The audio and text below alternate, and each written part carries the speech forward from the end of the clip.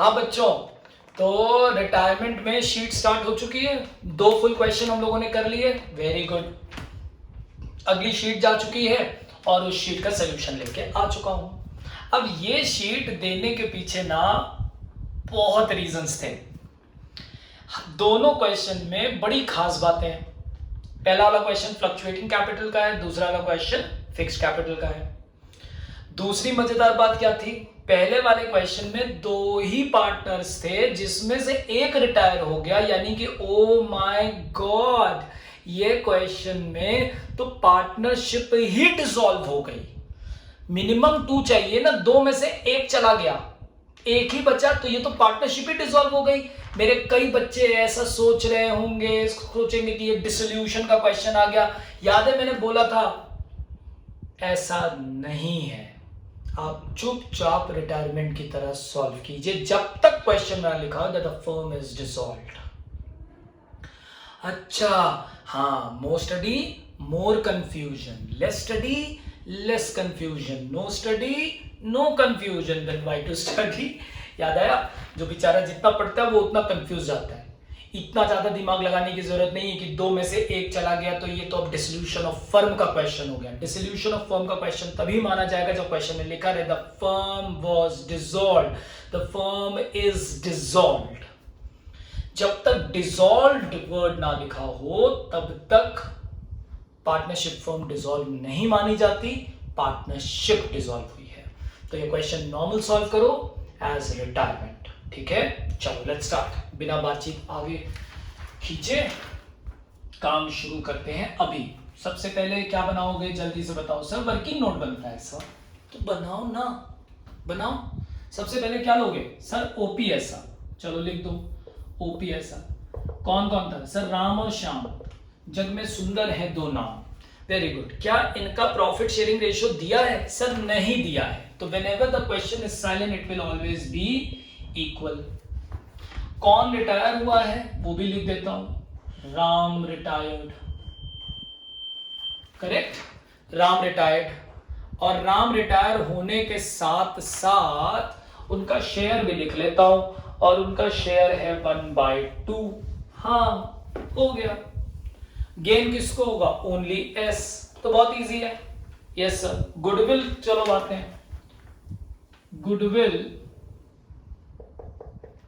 Are share या are share in goodwill 10,000 था of the firm, इसका कर दो आधा, हो गया 5,000। Done done done done. समझ आई मेरी बात या नहीं सर, एकदम आ गई। और कौन सा अकाउंट बनेगा वर्किंग नोट में, कैश, कैश अकाउंट। चलो आ जाओ ट्रीटमेंट्स में।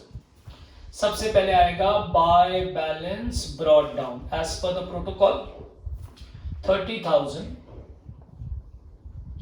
एंड 27,500। करेक्ट। और इधर लिखेंगे टू बैलेंस ब्रॉट डाउन। ध्यान से देखना, क्वेश्चन बहुत अच्छा है। 1,000 ये लो। अब अगले लेवल पे क्या जाता है, गुडविल। अभी पिछले वाली शीट डिस्कशन में गुडविल मैंने लास्ट में लिख दिया था, तो बहुत इजी है।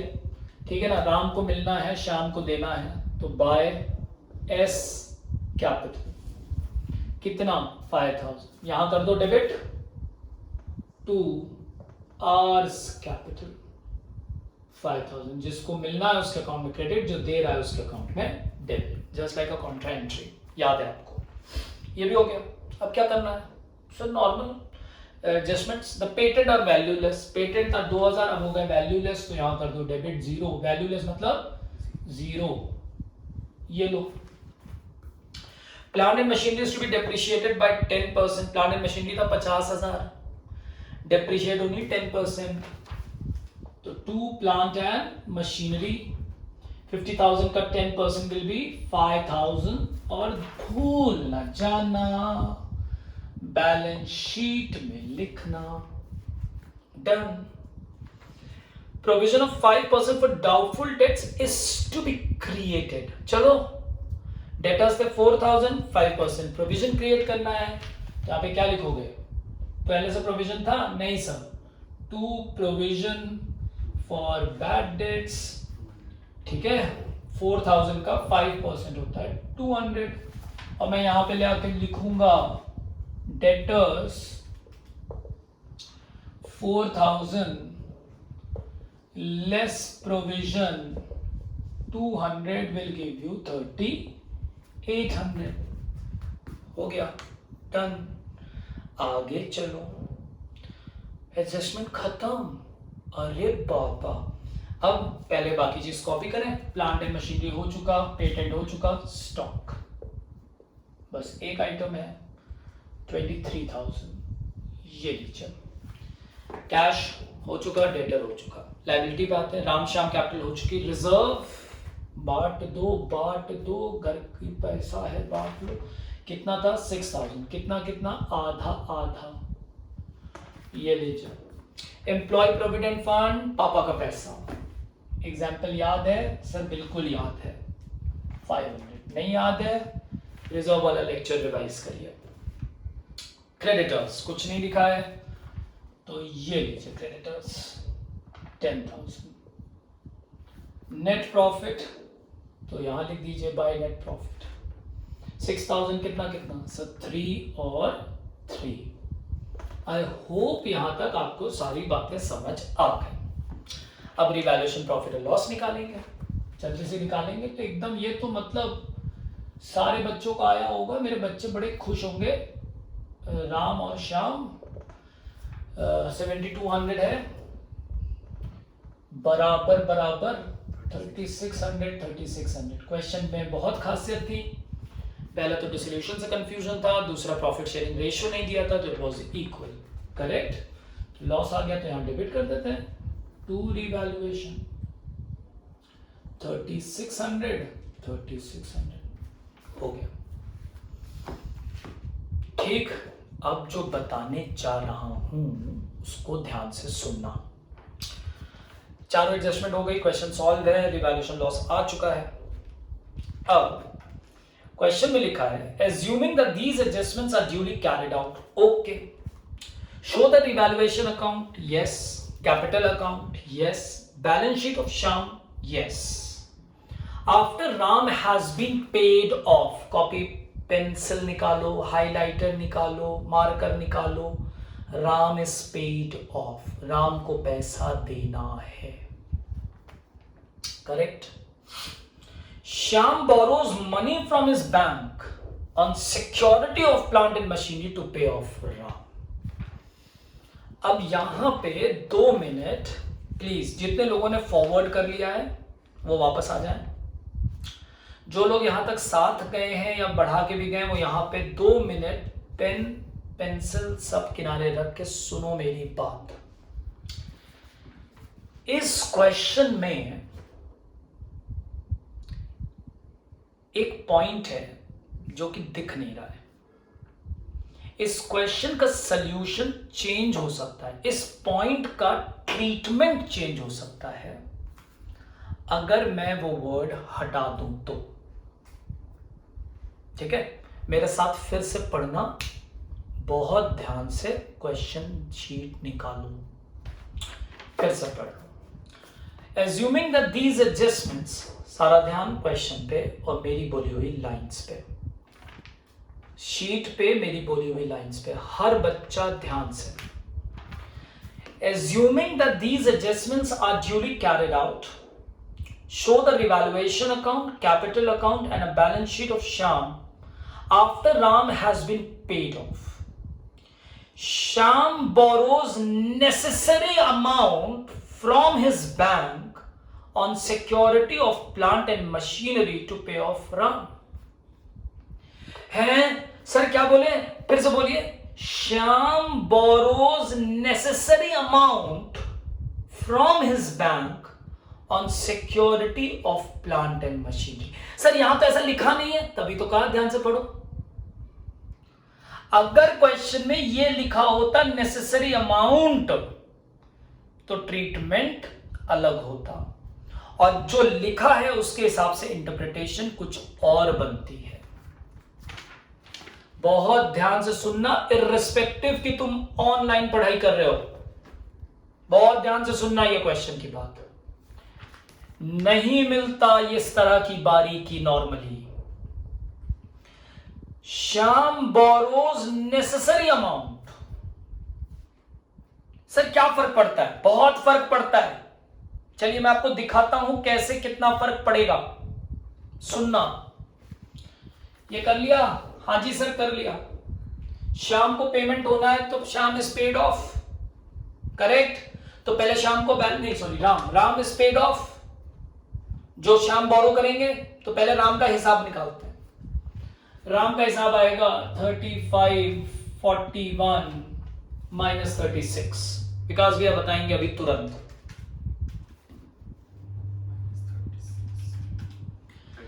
37,400 हमें राम को पे करना है, करेक्ट। और ये पैसा पे करने के लिए Shyam borrows money from his bank. Shyam जाता है बैंक के पास और बोरो करके राम को पे ऑफ कर देता है।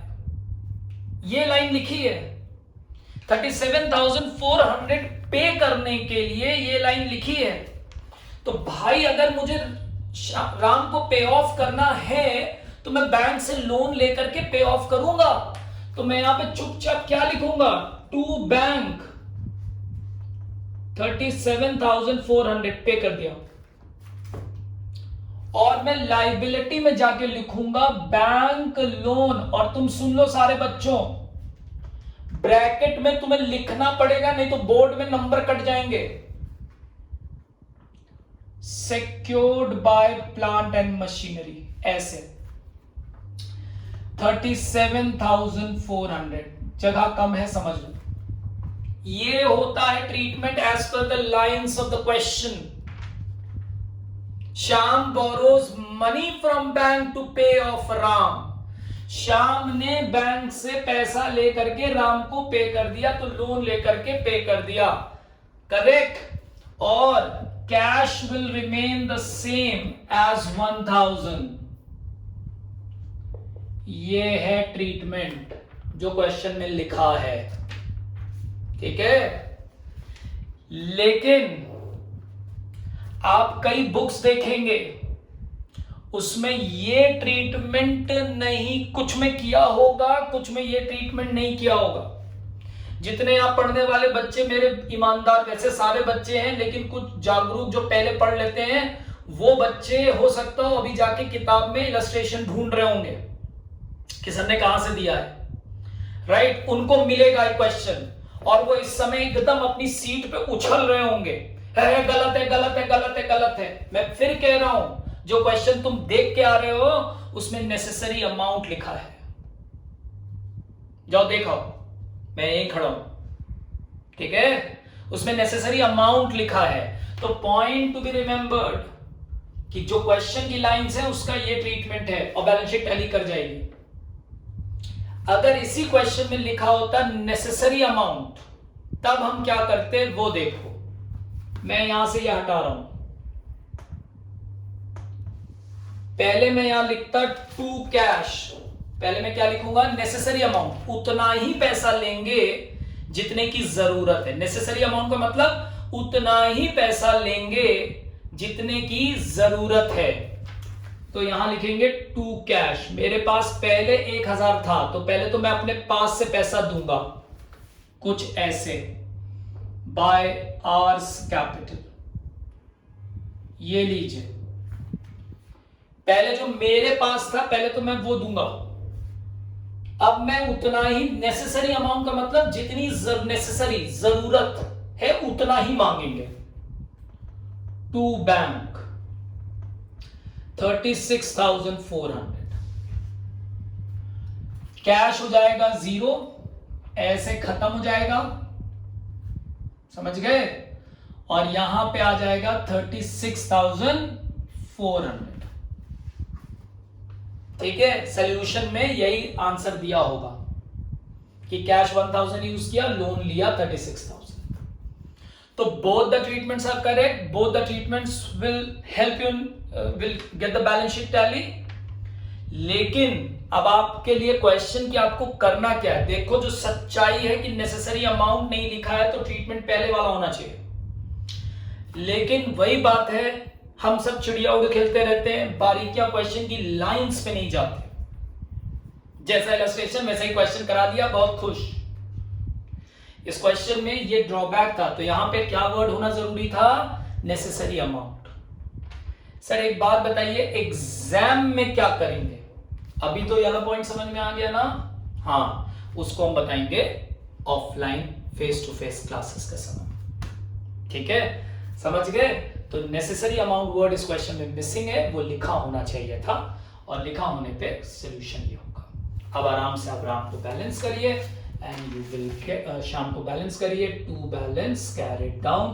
बच्चों प्लीज सवाल लगाइए, देख रहे हैं कितना ज्यादा यहाँ पे बहुत दिक्कत है, पसीने पसीने हो जा रहे हैं हम सब। मेहनत करिए साथ में, प्लीज बैलेंस कर दीजिए। विकास जी शाम का हिसाब बताएंगे? अरे कहाँ सोच रहे हैं, आज विकास जी का मन नहीं है, आज काम में नहीं लग रहा है मन, कुछ तो हुआ है, कुछ हो गया है, 2-4 दिन से सब कुछ नया है, सब कुछ अलग है। ये देखिए शर्मा के बोले 24,900। मैं बता रहा हूं ना, विकास जी का दिमाग यहाँ है नहीं बच्चों। ठीक है, फोन करके पूछ लो क्या हाल है इनका। और मैं यहां लिख देता हूं एस शाम्स कैपिटल 24,900। ये लीजिए बैलेंस शीट टैली होगी, जस्ट डोंट वरी। करेक्ट आ गया भाई? ठीक है, ये था क्वेश्चन नंबर 1।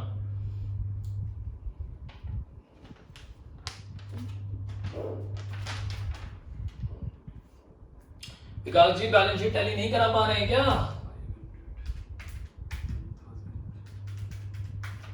71,800 आ रहा है विकास जी यहाँ पे। अरे आज मन नहीं लग रहा है। ठीक है, समझ रहे ना बच्चों? फोन करके पूछिए जरा इनको। ये लीजिए हो गया, हो गया डन। समझ गया रीजन क्या किया मैंने, क्यों किया? ठीक, क्वेश्चन में नेसेसरी अमाउंट नहीं लिखा था। और जाओ दौड़ के जाओ बुक में पीछे, गारंटी करता हूं नेसेसरी अमाउंट लिखा होगा। जाओ नेक्स्ट क्वेश्चन।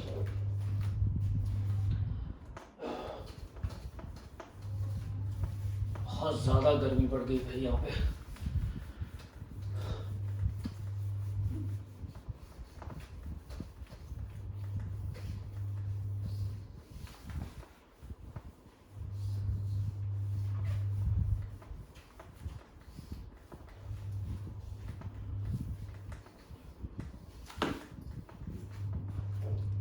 चलो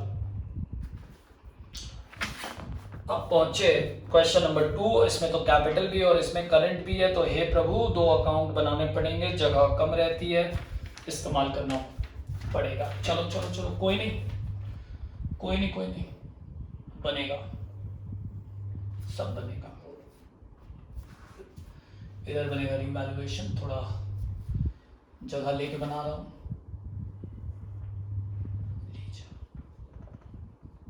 और एडजस्टमेंट्स कितनी है? 1 2 3 4 5। बाप रे 5 क्या 6 है भाई। अरे बाबा, बाप रे बाप। हो जाएगा, ये बनेगी पार्टनर्स कैपिटल।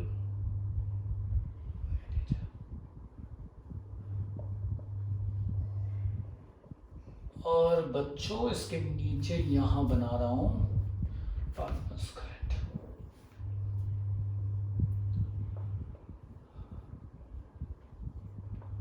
पिछले क्वेश्चन को जो एक्सप्लेन किया बहुत ध्यान रखना। पार्टनर्स के नाम PQR, PQR,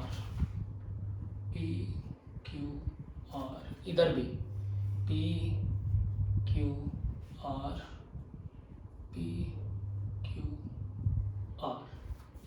ठीक है। तो हाँ जी सर ठीक ही लग रहा है।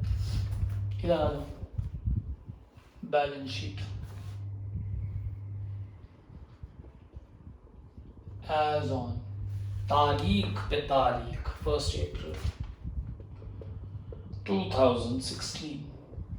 ठीक है, तो ठीक ही लग रहा है। इधर आ गए वर्किंग नोट्स। ठीक, फिक्स कैपिटल का क्वेश्चन हो जाएगा। इसी बहाने रिटायरमेंट में भी एक बार क्वेश्चन लगा के रिवाइज कर लें।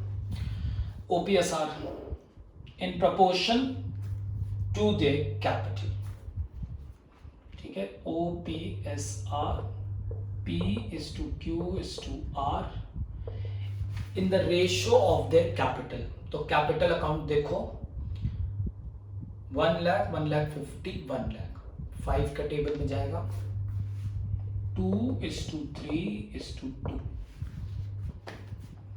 Q retired,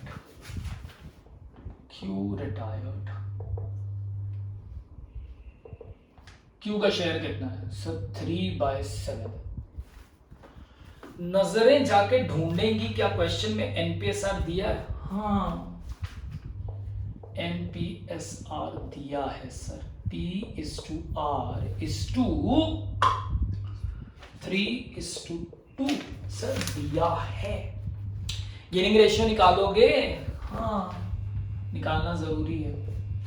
new ratio minus old ratio. हे P 2/7 minus 3/5 minus 2/7। बताइए एलसीएम। तो 35 5 7 7 3 21 7 5 5 2 10 और रार हे भैया R 2/5 minus 2/7। ओ बाबा 35 आएगा। 5 7 14 minus 7 5 5 2 10। तो बच्चों गेनिंग रेशियो क्या निकला? 21 minus 10 is 11 is to 14 minus 10 4। आ गया जी सर, आ गया। शुरू करें? हाँ सर आप शुरू करिए। हटा दूं ये गेनिंग रेशियो का कैलकुलेशन? हाँ सर कोई जरूरत नहीं। स्टार्ट करने से पहले क्या चाहिए सर? गुडविल चाहिए सर। ओके, किसका share? Q's share of goodwill.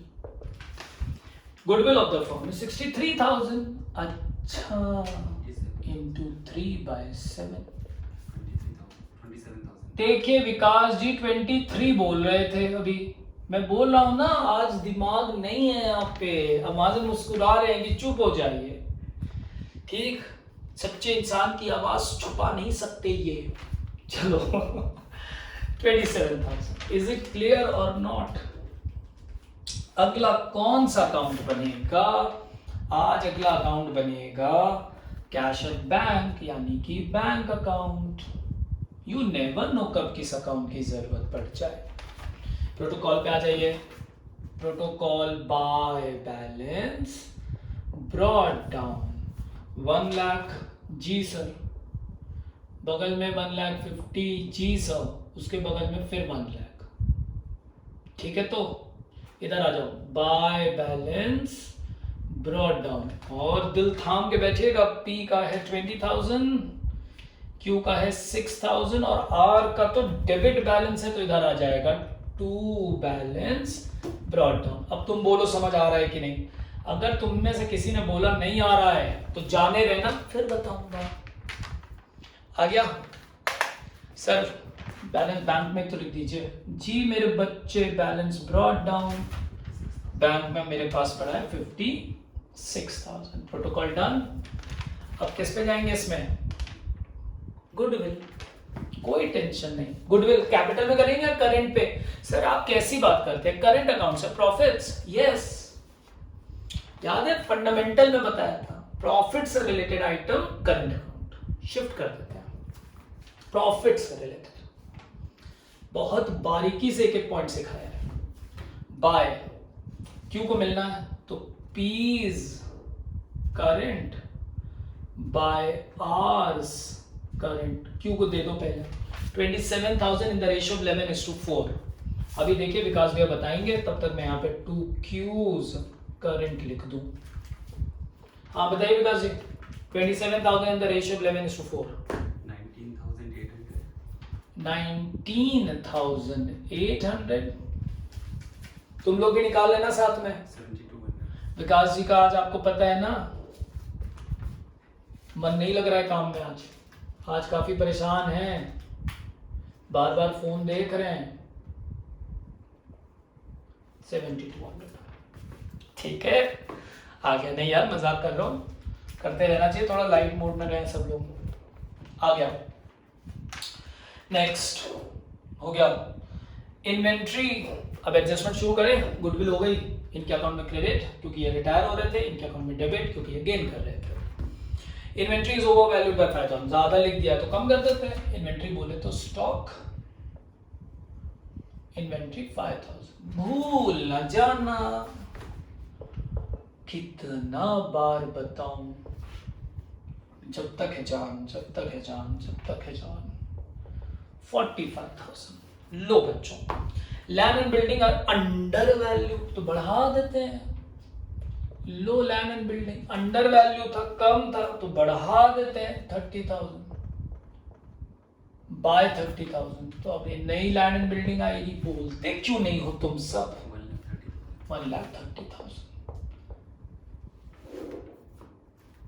Machinery भी डेप्रिशिएटेड बाय 20%. मशीनरी कितनी थी? 170 का 20%. टू मशीनरी कितना? 34,000.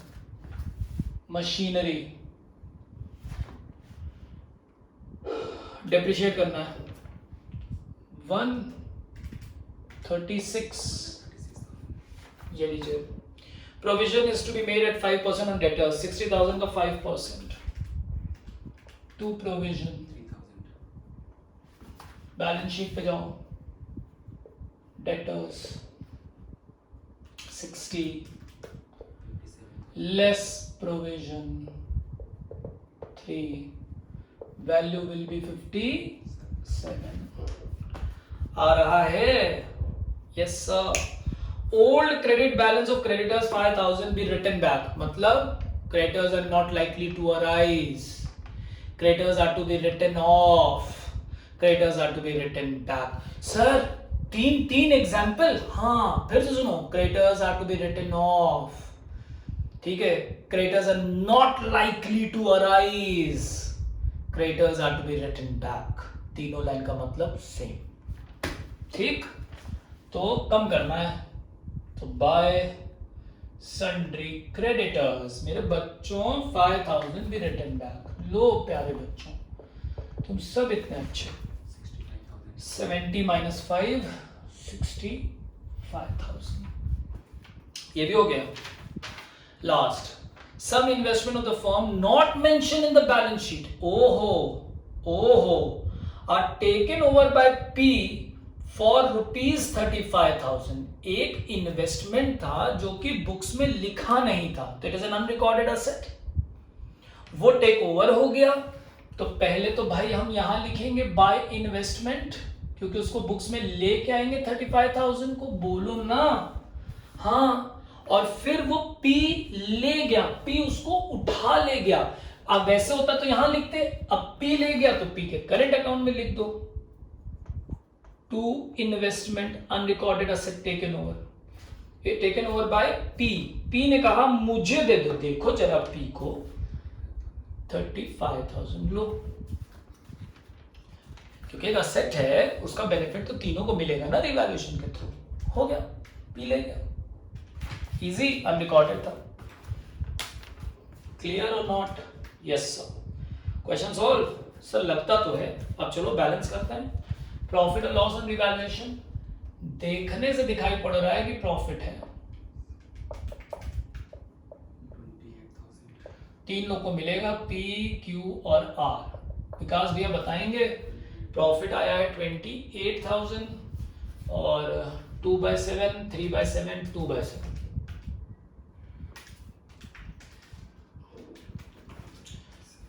सेवन 4 4 3 4 2 8. 8 8 12 ये हो जाएगा. और रिवैल्यूएशन प्रॉफिट है तो करंट अकाउंट में ही आएगा. ठीक है. 8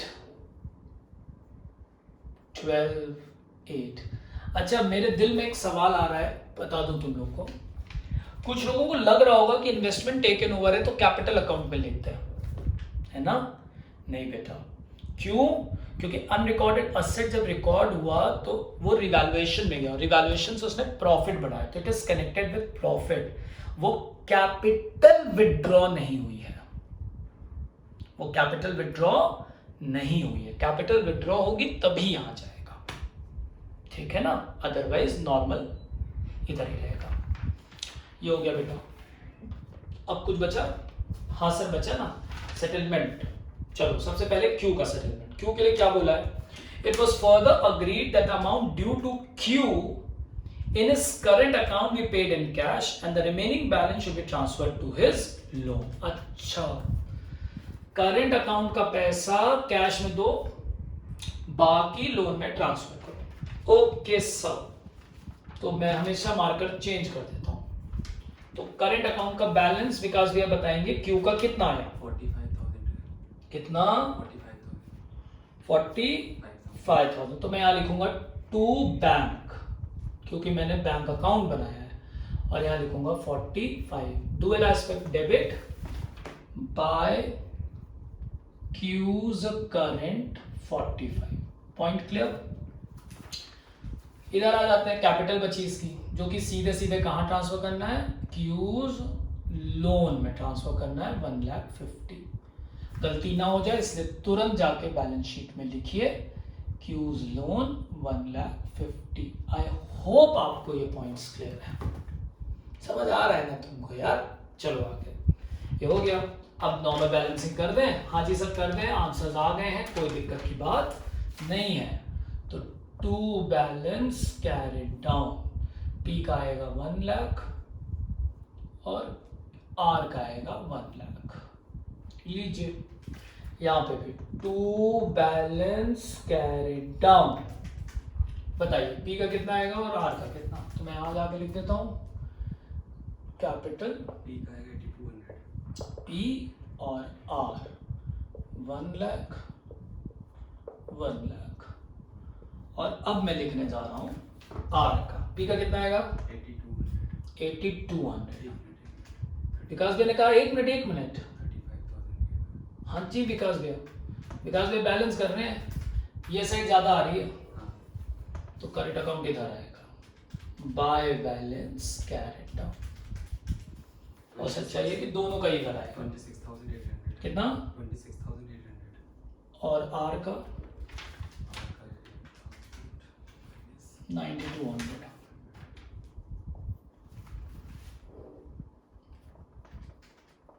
लीजिए करंट अकाउंट का डेबिट बैलेंस है, तो डेबिट बैलेंस का मतलब असेट है पी और आर 26,800 और 9200। इधर से बैंक को बैलेंस कीजिए, भूल मत जाइएगा, लोग ये लिखना भूल जाते हैं हमेशा, बहुत बड़ी गलती है ये। मेरे ख्याल से 11,000 आएगा, यहाँ पे लिखना ना भूलें बैंक 11,000। ये बच्चे भूल जाते हैं बेटा, लास्ट में रिस्क रहता है। 4,15,000। विकास भाई ने बहुत तेजी के साथ आंसर बताया है कि उनके ऊपर लगा दाग मिट जाए। 4,15,000 आना ही आना है। चलिए मुबारक।